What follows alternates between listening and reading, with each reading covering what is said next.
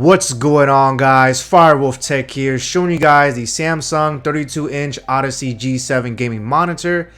I'm gonna go ahead and show you guys all around this 4K ultra high definition monitor, so let's get it. This is the LS32BG702ENXGO model, or 32-inch G70B for short. This G7 features a 4K IPS panel with a refresh rate of 144 Hz and a 1 millisecond response time. It's packed with great gaming features such as Nvidia G-Sync compatibility and AMD FreeSync Premium Pro, which makes gaming smoother. It's also VESA DisplayHDR 400 certified, which is the lowest certification rating, but it's still good to have.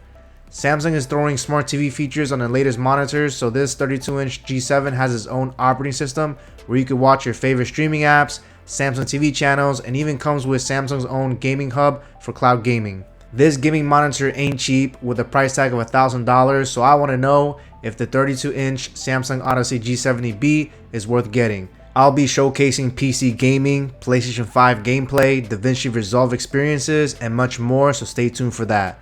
So let's first dive into the unboxing experience of the G70B. The monitor was packaged securely and was easy to open up.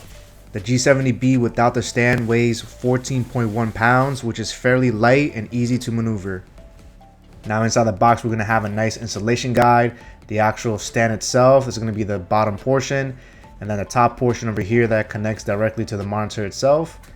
We have a nice cover piece. This is going to be for the core lighting in the back for that nice RGB effect. Then a VESA mount adapter here. This is going to be used to mount it to a monitor arm. A nice DisplayPort cable and a USB upstream cable. You get this nice white remote over here. I do wish they included input settings that you can change on the remote itself, but I'm happy that they have USB-C charging. And finally, the power adapter, which is separate from the monitor, which keeps it nice and light. Now installing the monitor stand itself is pretty simple. However, it does require some tools. You are going to need a Phillips screwdriver to screw in those 4 screws. And you're also going to need to take that out if you're going to use the VESA mount adapter as well, which is a little tedious. And then finally, we've put in the core lighting cover, just basically snap it in place. And then the bottom portion, again, you're going to need to use a Phillips screwdriver to screw it in. And with that, we have it finally assembled. Taking a look at the back of the G70B monitor, and I think it looks absolutely fire. I like how the deep black makes it look premium and stealthy. The stand is also thin and sleek, and I also like the core lighting covers in the back as well. Looking at the input selections, Samsung gives us 1 display port, 2 HDMI 2.1 ports, 2 USB-A ports, 1 USB upstream, a 3.5mm headphone jack, and finally an Ethernet port if you want stable speeds instead of Wi-Fi for the built-in smart features. I do wish they added a USB-C DisplayPort option at this price point, but I am at least happy about HDMI 2.1. The stand features a lot of ergonomic support with height adjustability, tilt, swivel, and even a 90-degree pivot, which gives you so many options of how you want to display on your desk setup. The feet of the stand takes up a lot of space, but it is thin and wide, which you could still fit things in between. I measured the end of the base to the tip of the feet, and it takes up about 12.5 inches. My desk is 30 inches deep, so it wasn't too bad. Now this is a gaming monitor first, so I'm going to showcase PC gaming on my RTX 4090 PC, and later on the PlayStation 5, so stay tuned for that.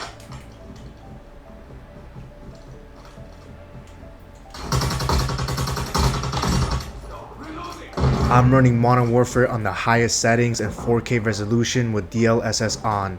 Depending on the map, I would average upwards of 180 frames, but with a crazier map like Shipment, it was still getting above 144 frames, which was enough to enjoy the G70B's 144 Hz refresh rate.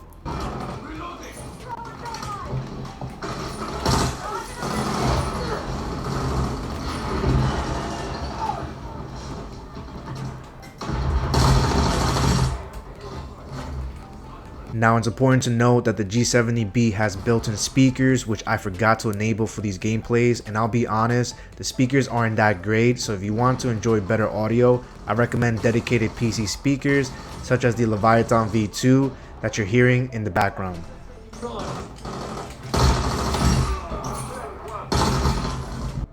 4K PC gaming has been a great experience on this 32-inch Samsung Odyssey G7, and I highly recommend checking your graphics card's performance with 4K because it will require a lot of power to support 4K gaming. You could always drop graphic settings for better frames, but for me, I like to enjoy high fidelity gaming. Nvidia G-Sync compatibility really helps keeping things super smooth, and combined with DLSS 3 on 40 series graphics cards gives you an awesome experience.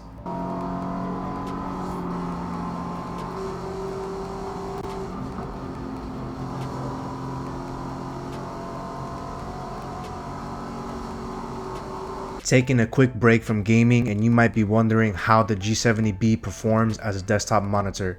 Thanks to its native 4K resolution of 3840 by 2160 and a large 32-inch display, gives you a great experience for productivity and multitasking. The PPI is about 137 pixels per inch, which definitely improves image quality and makes small details and text easier to read. Having two windows side by side gives you a lot to work with, and even if you squeeze 4 smaller windows, you can still easily read and interact with each window. The display itself is flat with an aspect ratio of 16:9, which I prefer over a curved display of this size. Brightness is also good at 350 nits, with HDR having a peak brightness of 400 nits. Having the room bright with sunlight was still usable, and I did find myself increasing the brightness to its max for a better experience. The G70B has a high quality IPS panel with very minimal backlight bleeding when you're looking directly at it. You can notice it more when you're viewing it at an angle, but I am impressed with the quality of the display and how great the colors look, as well with the 95% DCI-P3 color coverage. Now switching the input to my PlayStation 5 was seamless with the G70B's auto input switch. It will be able to support the PS5's variable refresh rates all the way up to 120Hz, which makes the G7 a great option for next generation consoles.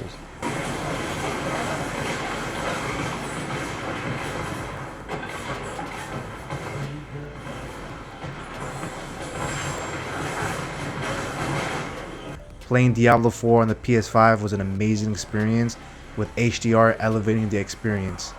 I do have my PS5 connected to the Pebble Pro speakers, since you'll experience better audio. The core lighting adds a nice touch, and I'm happy with how bright the RGB lighting on the back is, which you can change the colors as well. I also like the two RGB lightings on the front corners of the display, and I think it makes it look even better at night. Since the G70B has a max refresh rate of 144Hz, you're not losing out on a lot of potential frames, since the PS5's max refresh rate of 120Hz is only 24Hz shy, which isn't noticeable. God of War also looks amazing, and I do have it set to performance mode, which sacrifices some of the graphic fidelity for higher frames. Now I love how a remote is included with the G70B, which makes turning it on and adjusting the volume easier than using the buttons on the bottom. I don't like how they prioritize multimedia features on the remote, and should have swapped it with monitor friendly shortcuts such as input selections or enabling the game bar. I personally don't care for all the smart TV like features and believe it's not something that most would use, but it's there.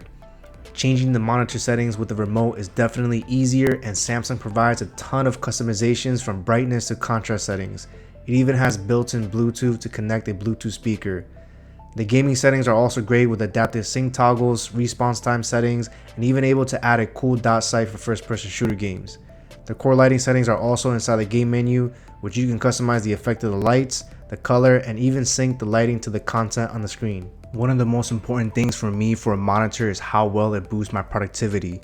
One of the programs I use the most is DaVinci Resolve as my dedicated video editor, and having a large 32-inch display with 4K resolution really makes creating content better and easier, since I'm able to retain a lot of information without sacrificing quality.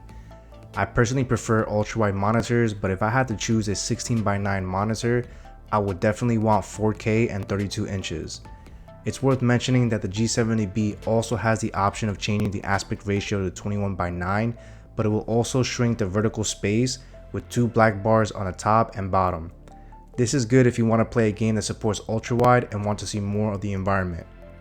Another thing to point out as well is if you enable the fastest refresh rate of 144Hz, it will utilize display stream compression, which means it will use two internal heads to drive that display from your graphics card. This will limit the amount of monitors you can have on one graphics card down to 3. So is this Samsung Odyssey G7 monitor worth the price tag of $1,000? I think it is if you're looking for a great 4K gaming monitor with a large 32-inch display and Nvidia G-Sync compatibility. Gaming on this monitor has been a great experience, and I'm impressed with the productivity you can get out of this. Even if you didn't have a gaming PC, you can still pair this monitor with a PC or a Mac and have a PS5 or Xbox Series X for gaming, and it would still be worth it thanks to HDMI 2.1. And even better if you find a deal or sell on it. All in all guys, I would have no issues recommending the Samsung Odyssey G70B. And if you guys enjoyed this video, please like and subscribe. And as always guys, thanks so much for watching.